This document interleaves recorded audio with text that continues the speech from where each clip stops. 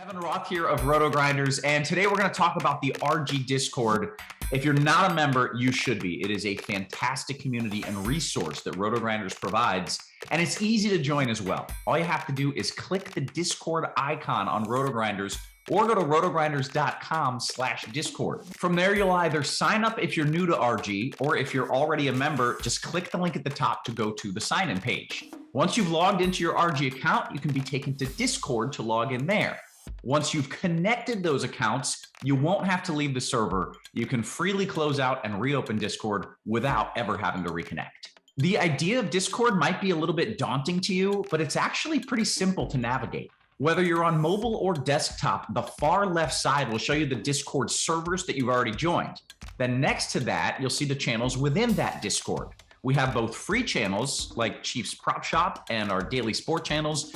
And we also have premium channels like Blender's Game Theory or the Crunch Time channels. Premium members can see the difference between the free and premium channels by looking for a padlock icon next to the premium channel names. We also have a few pointers for new and experienced users alike. If you're having trouble finding a channel, make sure that you haven't collapsed the section that the channel is in.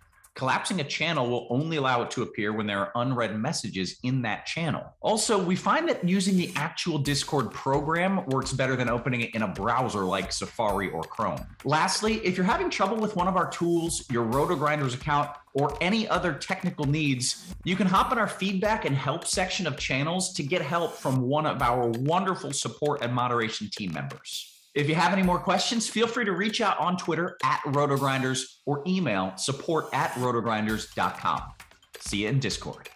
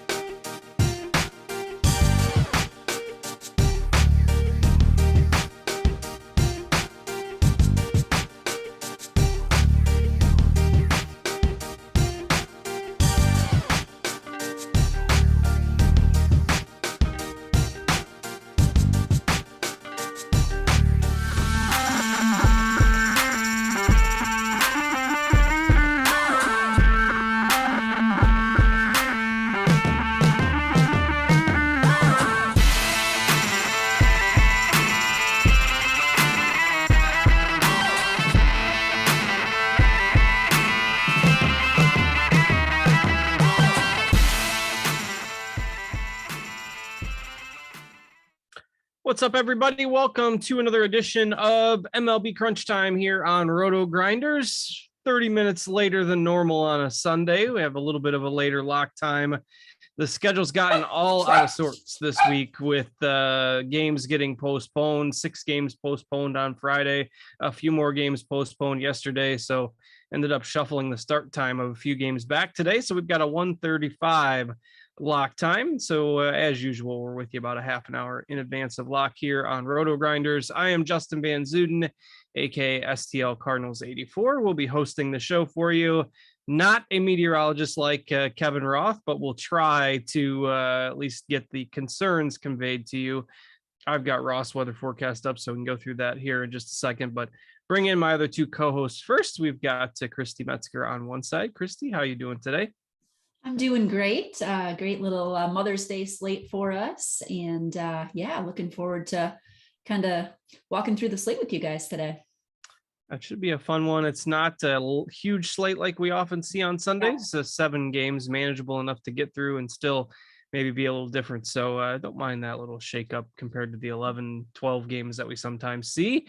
Of course, happy Mother's Day to anybody out there that might be watching. That's a mother. We hope you have a great day. Or if you are watching and you've forgotten to say happy Mother's Day to your wife or mother, make sure you do that. So in any case, they help us do what we do. So got to thank everybody. We've got TJ Zwarich alongside as well, rocking the Rugrats gear today. TJ, how you doing? Maybe we have TJ. Still muted from the from the dog barking. Yeah. Doing well today. Always love being on a show with you, Justin. Somebody else with a Z in their last name. They can pronounce my last name perfectly. It's got a fun baseball slate, followed by some Mother's Day plans, going to my sister's for brunch, going to Doctor Strange and the Multiverse of Madness for a second time with my mom tonight. It's going to be a lot of fun, but I'm ready to start the day off with some baseball. Yeah, our son got an award at school last week, and they announced him as Van Zyden. I told him to get used to it because he's going to get that a lot. That's the most common miss on Van Zyden. So you just you roll with it, whatever it is. If it's close, it's good enough. And it's we can commiserate on that one for sure. Well, I'd also like my props there for remembering to say Z because I'm Canadian and it's Z here. There you go. I mentioned the weather at the top. It's not as chaotic as it has been the last few days. We've got some cool temperatures still. That rain has moved away from the East Coast. That has postponed a bunch of games, but it's still kind of chilly in a lot of those spots. So Baltimore, New York, Cleveland, some of those spots still Philadelphia dealing with some cooler temperatures. Those are going out the window. I'm here in Central Illinois, and it's supposed to be 92 on Tuesday. So we're just going from like winter to summer and skipping spring, but that's okay. That's better than all this rain. The only trouble spot is in Minnesota today. They do have the tarp on the field at Target Field right now with some light rain falling. It does not seem like they are eager to just postpone the game. Obviously, Oakland is playing there, and Oakland does not go back. So it's not like they can just axe this one and play it later on Oakland's next trip to Minneapolis. So they'll probably try to get the game in. Roth has that as yellow-orange for wind, cool temperatures, and obviously that light rain. So Minnesota seems to be the only trouble spot that we're focused on today, and we'll have to keep an eye on. But Christy, is the weather changing the way you are building anything today? I do have a little bit less interest in the Twins today. I'm just a few hours away from Minnesota where they're playing. So with the lineup that they've rolled out, not quite as on them. So yeah, maybe just a little bit less exposure to the Twins than I originally thought when I started the day. All right, TJ, the weather doing anything different for you today? Not necessarily overly different. There are two offenses today that I like quite a bit far and away above everyone else. And so we're going to get to that. Those are the ones I'm heaviest on, but we got a fun one. So I'm excited to dive in. It's nice to not have to worry as much about postponements today. We got wind, yes, but it's nice to not have to worry about rain. Yeah, for sure. It's caused some chaos with the weekend. And Christy mentioned the Minnesota lineup. No Buxton in there today, so obviously that is a big downgrade to their group. But let's talk pitchers here first. You've really only got two expensive pitchers today. I mean, if you're on Fanduel, it's a slate where you've got two guys at the 10K mark, and then basically nobody else till you get down under 8K. So in addition to the DFS, obviously you can sign up for FanDuel Sportsbook if you're in a legal sports betting state. New users, risk-free bet up to $1,000, and FanDuel Sportsbook will let you take advantage of that by getting that credit right after your first-time bet. Terms and conditions apply. So check out FanDuel Sportsbook. And maybe do that after you get your DFS lineups in for today. So, but anyway, only two real high-end pitchers on the slate today, and that's Garrett Cole and Alek Manoah. And then basically we've got the rest. So, TJ, I'll stick with you. You think you need to prioritize one of these top two pitchers today? And if so, which one do you prefer? Yeah, so my priority on the top tier is Alek Manoah today. I like him quite a bit. He's just an absolute stud. In terms of sports betting, he's one of my favorite long-term bets this year to bet the Cy Young. I think you can still get him at 12-1 odds. And maybe I think Gausman actually has better odds than him, but 12-1 for Manoah. He seems to just be getting better all the time. And I like that one a lot, but he's my favorite pitcher today. If I'm playing cash games, he's the first one I'm putting in. And in terms of tournaments, when I'm looking at this ownership that we're looking to see on Garrett Cole today, I actually think I would rather go down to the mid tier than play him. So I don't actually know if Cole, especially on FanDuel, is even in my top four pitchers today. Yeah, I'm not sold on Garrett Cole. I mean, the walks are up. Whether you think he used the sticky stuff or not, it hasn't been as good. His walk rate's over 10%. he complained on opening day because the opening ceremonies delayed the start of the game by 6 minutes. He said that threw him off, and he had a pretty bad first inning in that opening day start. Well, heavens, now he was supposed to pitch Friday, and now here we are Sunday because of the rain. So if 6 minutes threw him off, imagine what 2 days might do to Garrett Cole's preparations. And I put that in the article today. I mean, that's a little bit of speculation for sure, but I'm just not sold on the command. The ownership is through the roof. I mean, even in cash games, I think I prefer Manoah, but again, I realize I'm in the minority. I think as far as the three of us go, we're in agreement based on Christie's tag on Manoah as well in our lineup HQ tool. So I don't know, maybe Cole doesn't end up being that chalky, but to me, no matter what the format is, I am treating Manoah as my favorite starting pitcher. So Christy, your thoughts on Manoah and Cole at the top, and then you can maybe go to some of your other favorites as well. Yeah, I completely agree with you guys on Manoah, and it's interesting because I've played Cole, I think once when he was priced down, a couple of weeks back. But with his price tag really on both sites, I just don't have any interest. And so for me, it's simply Manoah. And then, I know TJ mentioned kind of the mid tier. I'm looking to go down instead of playing Cole. So guys like Chris Paddock, and I think that's a better pitching game now in that Minnesota game. So I also tagged him in the mid tier. I like him a lot. Also have some interest in Tyler Mahle. Going against Pittsburgh. I think he's a very interesting play too. I was digging into the numbers a little bit for Odorizzi. He's been bad to start the season. He's had a couple decent games. He gets a good matchup in Detroit. So if you really wanted to save some money, don't mind that for tournaments. But for me, largely it's kind of Manoah and Paddock that are hitting the majority of my builds today. I think Paddock's ownership has gone down a little bit just based on the weather. People getting a little concerned about that, but he certainly is the safest of the mid-range options. TJ, who you like if you look, and you mentioned kind of maybe going to the middle tier or going a little cheaper if you aren't on Manoah. Yeah, so it's a bit site dependent for me. On FanDuel, we have a nice big tier of 7K-ish guys. And I like Paddock a lot. Tyler Mahle, I like him, but I think he's probably going to be the mid-tier guy that picks up the most ownership. So he's probably the one that I would look to get away from the most. But somebody I'm interested in as well, Charlie Morton, he's kind of struggled to start the year, but his price just keeps going down. And so I don't mind taking a shot on him against Milwaukee. And then Jordan Lyles, 7K, not picking up much ownership at all. I have interest in him. Another player that is not projecting well that I really like for tournaments because we're going to see some ownership going to the offense. He's got good K upside. He doesn't project well for us in our RG projections, but I still think he has a really strong tournament upside, and that's Dane Dunning. Dane Dunning has strikeout upside and no one's going to play him. So obviously he's not someone you're looking for cash games over there, but he is somebody that I like a lot in tournaments. And on DraftKings, I like him even more because he's 6,100 and he's not picking up any ownership there either. Dane Dunning, 6,100, Jordan Lyles, 4,900.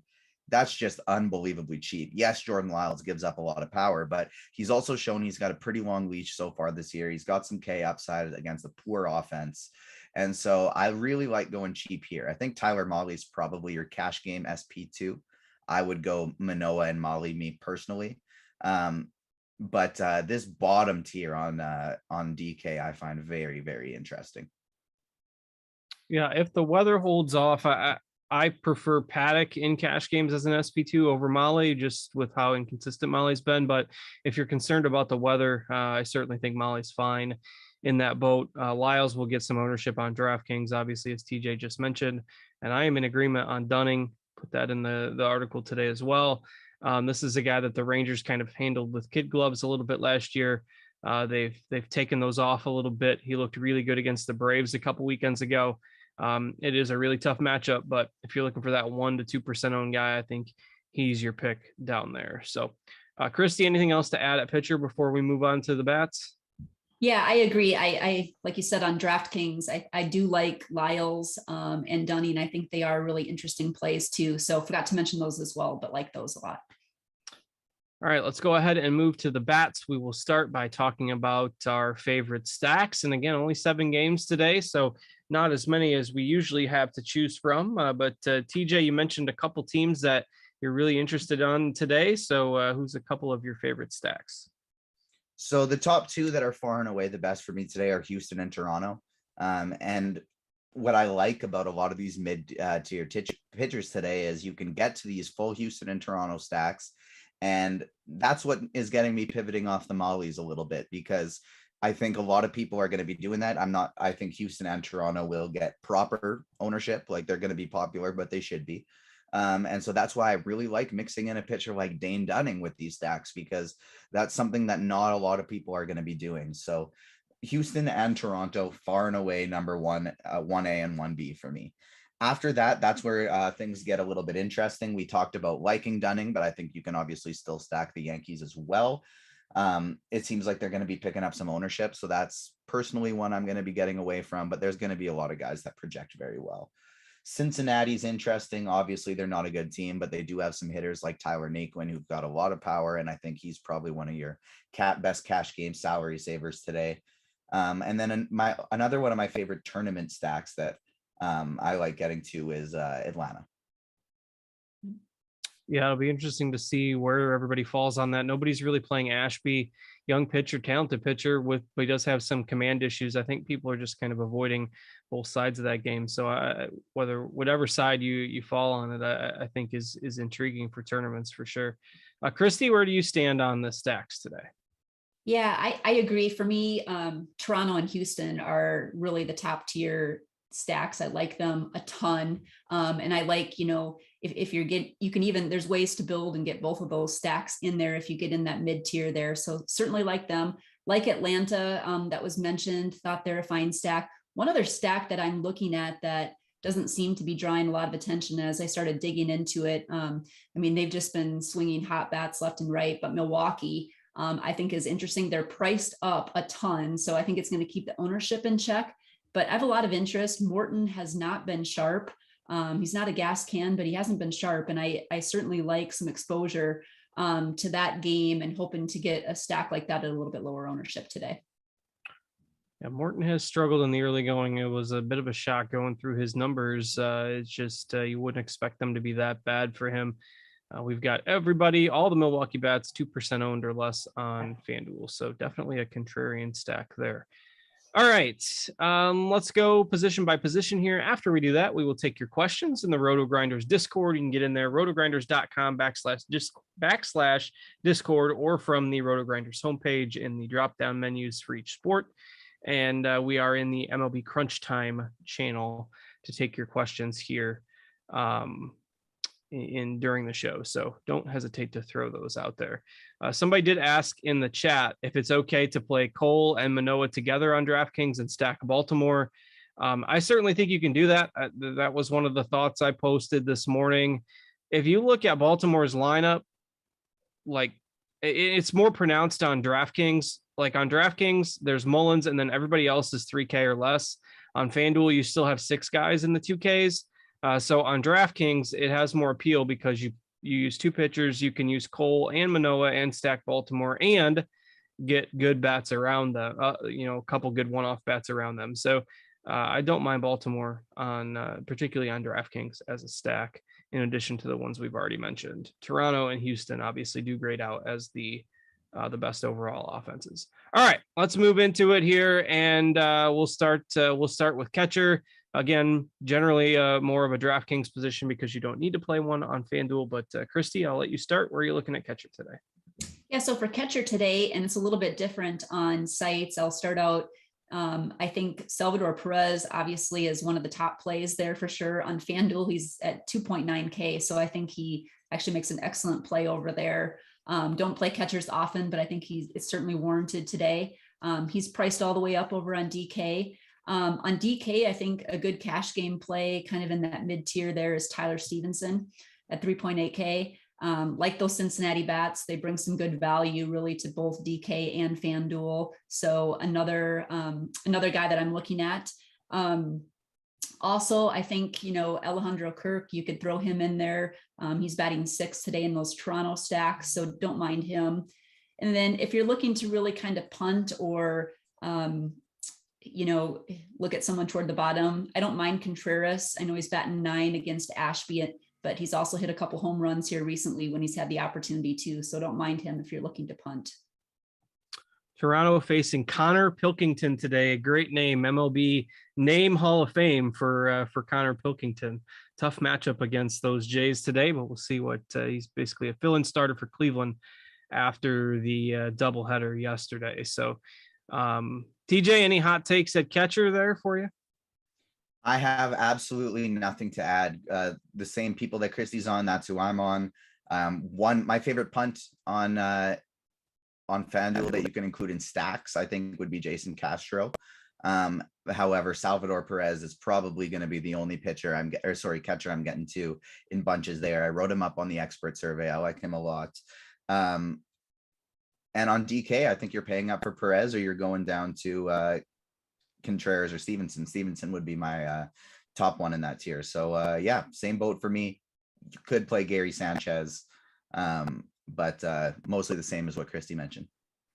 All right, I'll keep it with you there, TJ. I'll let you take us to first base.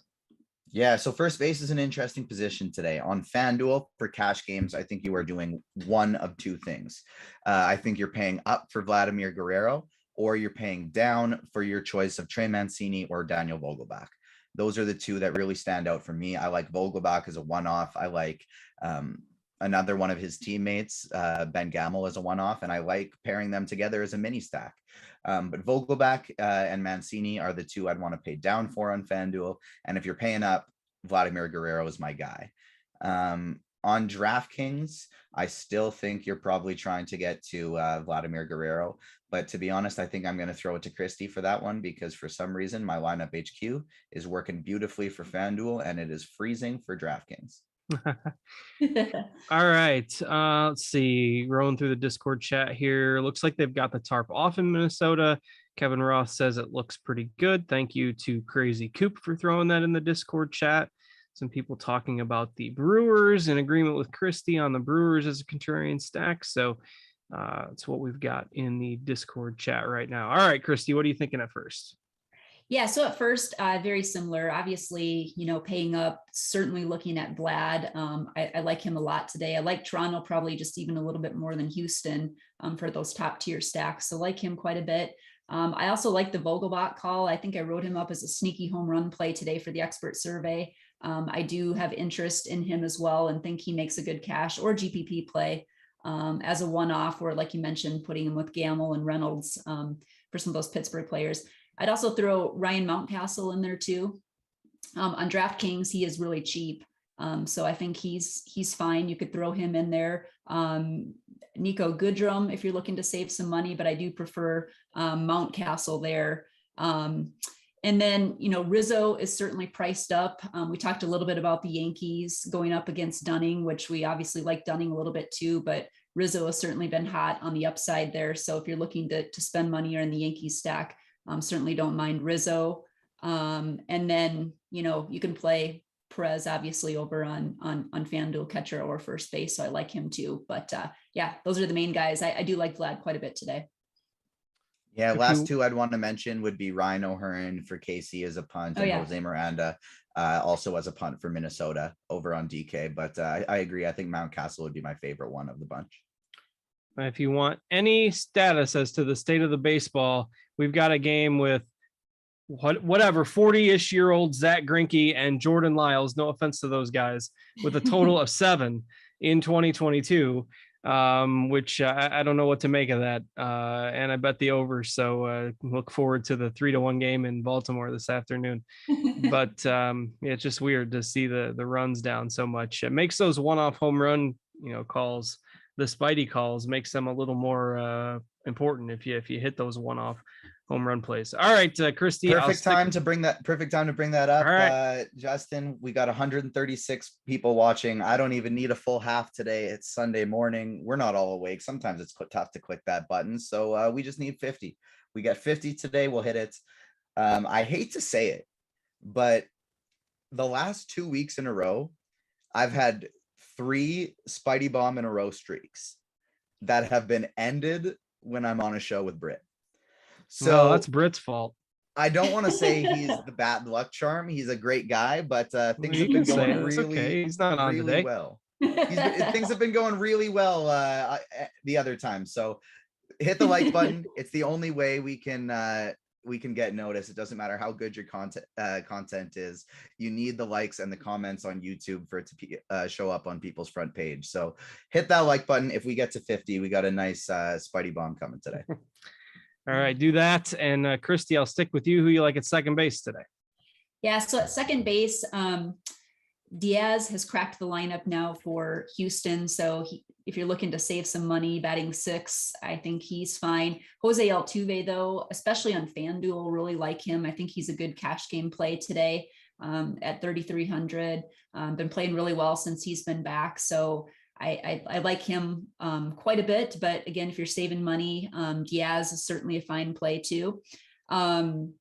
I think you could talked a little bit about Kansas City. You could throw Whit Merrifield in there, probably more so on FanDuel, but certainly don't mind him. And then maybe the last one to throw Jorge Polanco in there as a twin too, that I think is a decent play. But for me, it's probably looking at the Houston guys with Altuve or Diaz. All right, TJ, who you like at second? Big time. So for cash games and tournaments, my favorite play on FanDuel is Jose Altuve. He's been playing very well since he's been back from injury. He's still not priced up near what he should be. So he's definitely my favorite play there. He's picking up, we're looking at about 25% ownership there. I do think it'll be a bit higher, but I'm still okay with that. For tournaments, other guys I really like, Javi Baez, Ozzy Albies. I think those are really good plays. Nico Goodrum and Almeida Diaz for Houston. I do think those are both great punts. However, I would rather play those guys at short or third, just because I like some of these other guys at second a little bit better. The one thing I think is interesting, you have somebody like Michael Chavis who's batting third, 2,600. You're not worried about him getting pinch hit for because it's a righty starting.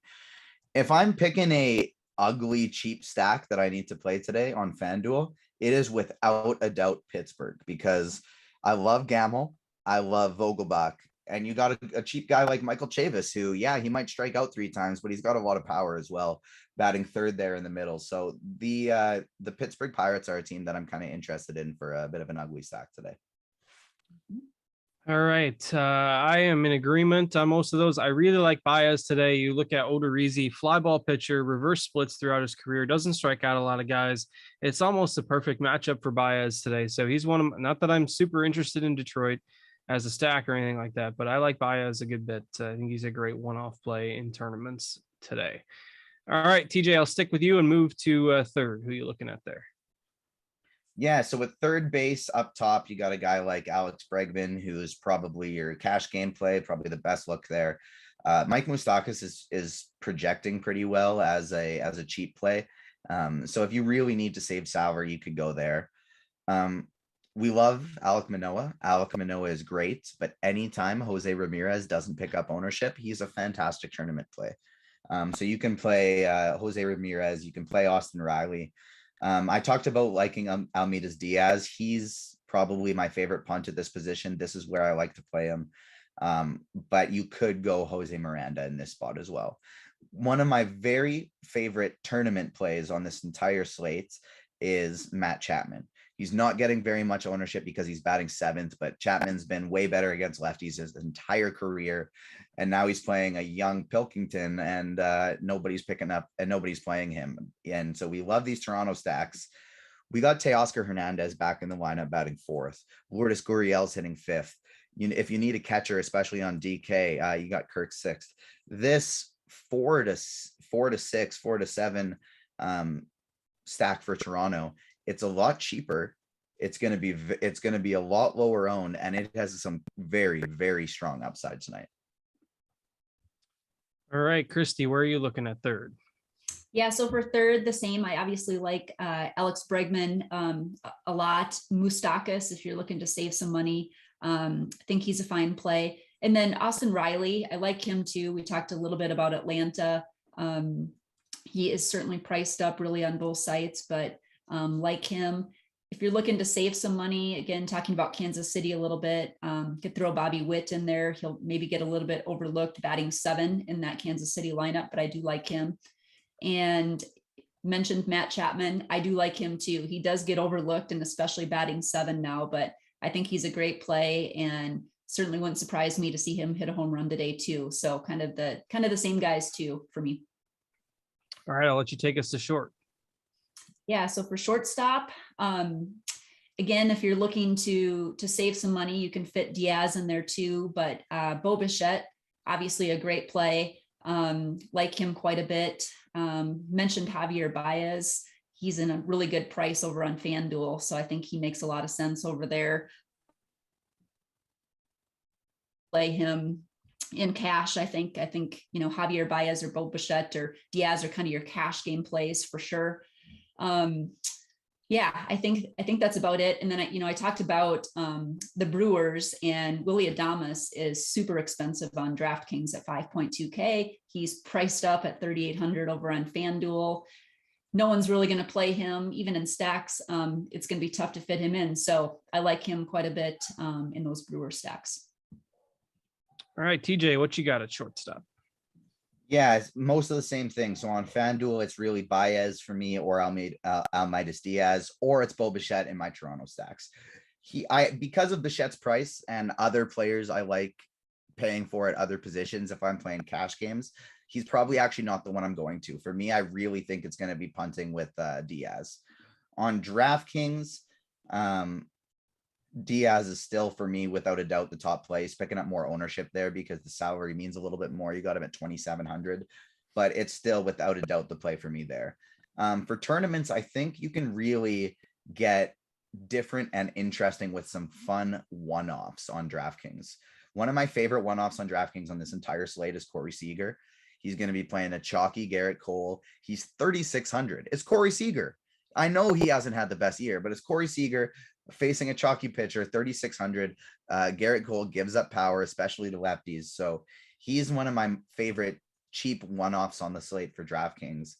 And another player I find interesting, whether you want to stack this team or not, is Darby Swanson, if you want to save some salary there as well. All right, I will let you take us to the outfield, and we've got 5 minutes left to lock. Yeah, so this is my favorite position on the slate, and on FanDuel, it's basically where I'm winding up with 100% of my utility positions.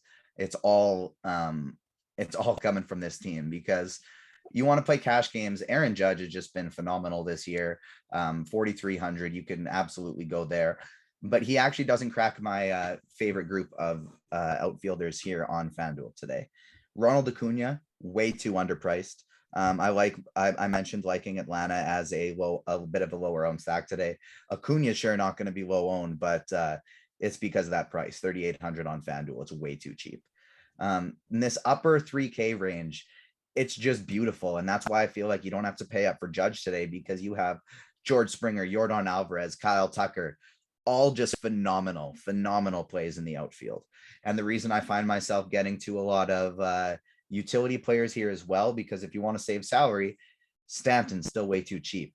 You got Teoscar Hernandez back in the lineup facing a lefty, 3,200. Hernandez is going to be in the 4K range in a month or two.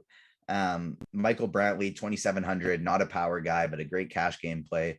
Same with Tyler Naquin down there cheap, as well as my guy that I mentioned quite a few times, Ben Gamel, and of course the cheap Brian Reynolds as well.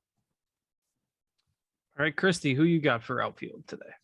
Yeah, I really like a lot of those same plays for sure. And it is interesting. Teoscar Hernandez, definitely noted that he will be priced up here shortly. Great price. Gurriel too, in that same Blue Jays game, is priced down. So like him too. Ronald Acuna, I think is tremendous. I like his play over on FanDuel too. I think he's still a little bit too cheap over there. Obviously Alvarez and Tucker, a couple of favorites in that Houston game. And then I think, looking to save a little bit money too. Tyler Naquin and Friedel in that Cincy game, I think are just fine. And some guys that I have interest to save money in. And you talked a little bit about the Yankees game too. And I think, the Yankees have been pretty hot recently, but I think they're going to go overlooked today. So getting guys like Stanton and Judge and Gallo and some of those guys at lower ownership, certainly intriguing there. And then mention that Milwaukee stack again with Yelich in there too. Certainly like him as well. Yeah, you convinced me to change one of my teams and get a Milwaukee stack in there. Awesome. I got a Yelich, Renfro, Adames, and who's the last one? And Tellez in one of my 3 Good. teams here today. And Yeah. it's tough because like I really wish I was running 150 today, because even looking down, like there's some great cheapies at this position as well, like TJ Friedel leading off Yes. there for Cincinnati is interesting. And just like a lot of other guys down here, Ramon Laureano is finally playing. This was a player that used to be upper 3Ks all the time. He's 2,600 leading off. So that's another player that just you can get a good price play. Max Kepler is too cheap.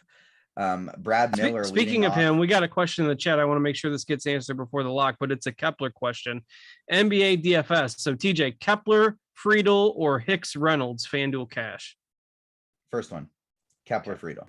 That was the only 2v2 or 1v1 question I see in the chat. A couple theory things.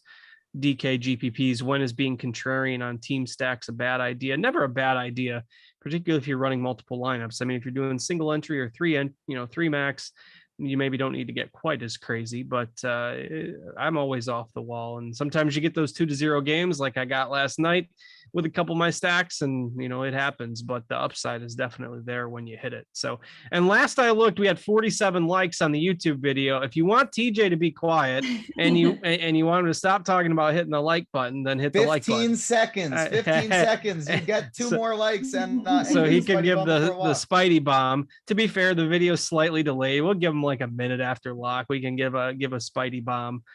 Maybe a minute after lock, we get up to those 50. Most people are betting those homer props anyhow. So even if it's after DFS lock, you can throw out the Matt Chapman Spidey bomb or something. Anything else on the slate for you, Christy, before it seems like maybe a couple of those early games have locked, but anything we've missed? No, I don't think anything that we've missed. I'll maybe reiterate too. We talked a little bit about Pittsburgh. I do like them as one of the sneakier value stacks along with Cincinnati, but other than that, I think, it's a great little slate for Sunday. That's for sure, with a smaller field. Yeah. And there are quite a few afternoon games. So if you want to play the afternoon slate, we've got 5 games on the afternoon slate. Now, I'm really torn today. I'm really torn this afternoon. As most of you know, I'm a huge Cardinals fan. My oldest is a huge Cardinals fan. Jacob Junis is starting against the Cardinals today, and Jacob Junis and I went to the same high school. So I know small town, rural Illinois, nobody makes the major leagues from Little Rock Falls, Illinois. So Jacob Junis did. And pretty sure he grew up a Cardinals fan, but now he's pitching for the Giants, pitched for the Royals for a time.